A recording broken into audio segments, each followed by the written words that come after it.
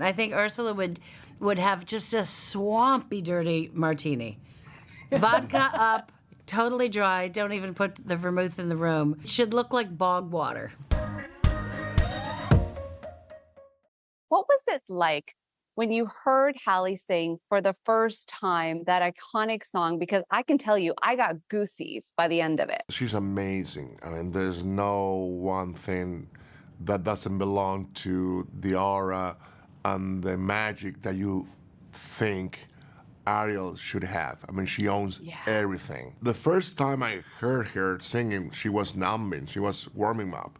And I was, what was that? And I almost cried, and she was just warming up, let me tell you. So that's amazing. But the first time I heard the song completely was the first time I saw the movie. And that's amazing. And you just stand up and clap. It's almost out of body. It really is. You don't expect it, especially for something you know so well. And you think, oh, I know how this is going to go. And yes, someone else is singing it. But there were sparks. I'm obsessed with, there's just moments in that where you see Halle just summoning this grit and this determination that I will not stand by and let my life be chosen for me, that I didn't expect. And the first time I saw it, oh my God, I was like weirdly clapping and crying at the same time. And I was like, I was not in control of like, oh, well, here's how I'll watch this. I was out of my body. It was so powerful. I was very fortunate to like witness that in person, and it was during rehearsal too. And it seemed like she wasn't even trying, and just like so effortlessly just gives us like such a beautiful performance.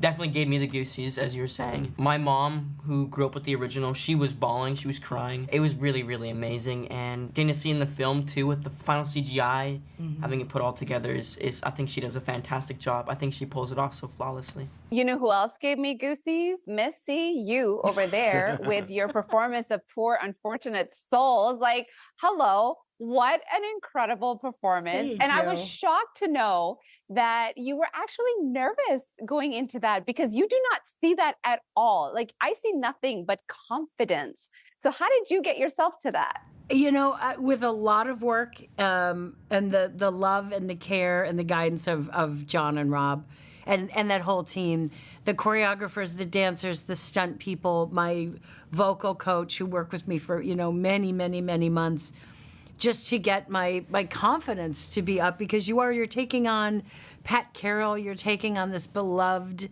known thing. But the process and the rehearsal process, it's this huge movie that while we were making it felt very small. I mean, it felt almost like local theater, and it was quiet and everyone was concentrated, but in a really loving and supporting way, that by the time, when it was really time that I was like, okay, she's mine now, everyone had kind of fostered that and helped me get to there. So it couldn't have been a better feeling or a better environment.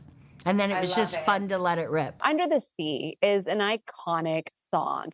And to be able to take that on, it seems like you did it so effortlessly. You had so much fun with it. How exciting was it to bring your own little spin to it? Yeah, I did have fun. I tried not to think of how iconic it is. The team did such a great job of making it like, here's the thing we're making from scratch, Everybody in there is a huge fan of The Little Mermaid, but none of that pressure, as soon as we started working, they took all of that pressure away. And Rob is such a great cheerleader. And Alan Menken, too. I mean, that was really special to me, to get to be recording those songs with him.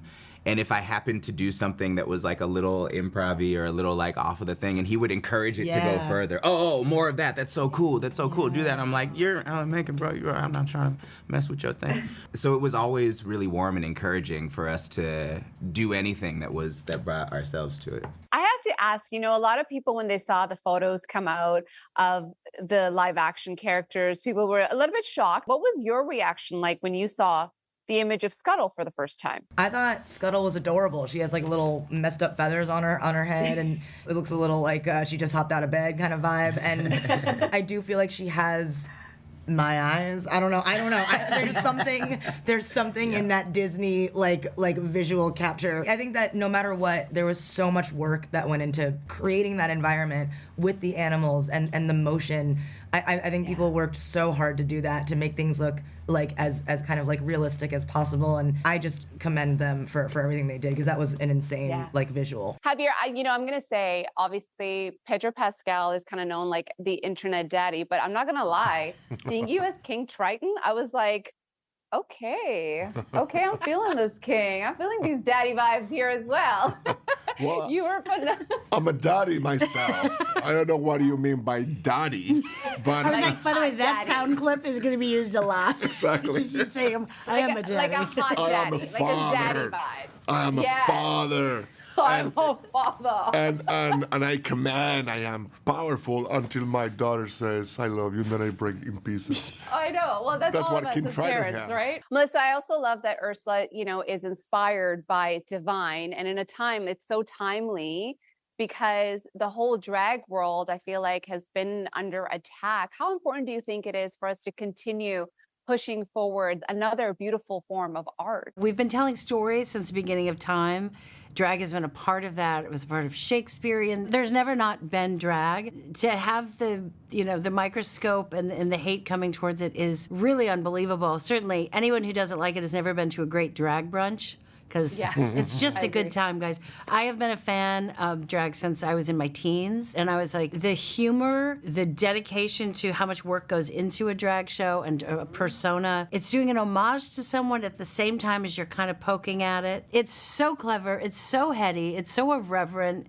You're the butt of the joke, and you're telling the jokes. It is a fantastic art form that I can't recommend enough how much we need it, and if you haven't seen it, do yourself a favor, because I'll tell you what, drag is not the problem.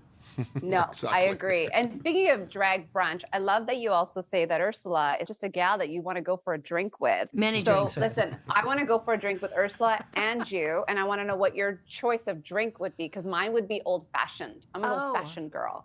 I enjoy an old-fashioned. I think Ursula would have just a swampy, dirty martini.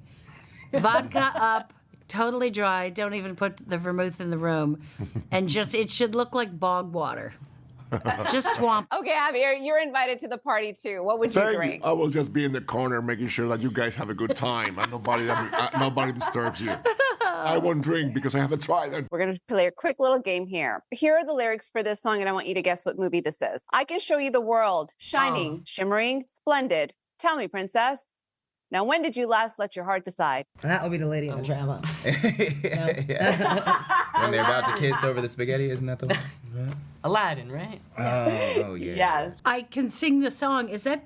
Oh, come on, Melissa. This is an easy one. I know the song. It's not Tangled. No, it's not Tangled. Tell me, princess. Now, when did you last let your heart decide? I can show you the world.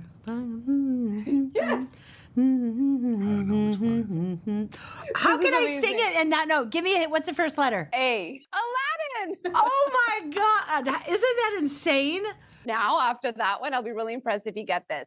No one's gloomy or complaining while the flatware's entertaining. We tell jokes. I do tricks with my fellow candlesticks. Oh, well, that Beauty and the Beast. Yes. Okay. Sure. Javier, You gave him a softball. If this was a real game show, people would just be running away with money. I'm telling you that right now. You were giving away paragraph chunks of clues. Totally. I said the last one. Be our guest, Beauty and the Beast. Like, yeah. Okay, you know what? I'm going to make this hard for you guys. I'm not going to give you a paragraph. I'm going to give you one line. He found his aroma lacked a certain appeal. Huh? That's Okay, a good no. one. See, now that's That's a harder game show. That's too hard. That's too hard. Wait. Can we hear it again? He found his aroma lacked a certain appeal. He could clear the savannah after every meal. There we go. There we go. By the way, he smells. Yeah. Oh. Yeah, you get it. Oh. You get it. From The Lion King. It's the Lion King. Yes. Hakuna Matata. Okay, last one. Let's see if you guys get this one. Now, it's happened once or twice. That's all I'm going to give you. What? No, it happened once or twice. It's gotta be Me? No. No. Milli Vanilli? I'll give you a hint. It's from your movie. Yeah. I Oh. just farting on the name. What is it? Poor unfortunate Unfortunate Souls. souls. Well, if I don't know that one, we're in a lot of trouble. Oh my God, I'm so glad you knew that What one. if I was like, huh? Familiar yet not? Like the video? Then hit the button, or better yet, drop us a comment. Then check out our latest videos here. And don't forget to subscribe by hitting the button here for more celebrity interviews and entertainment news.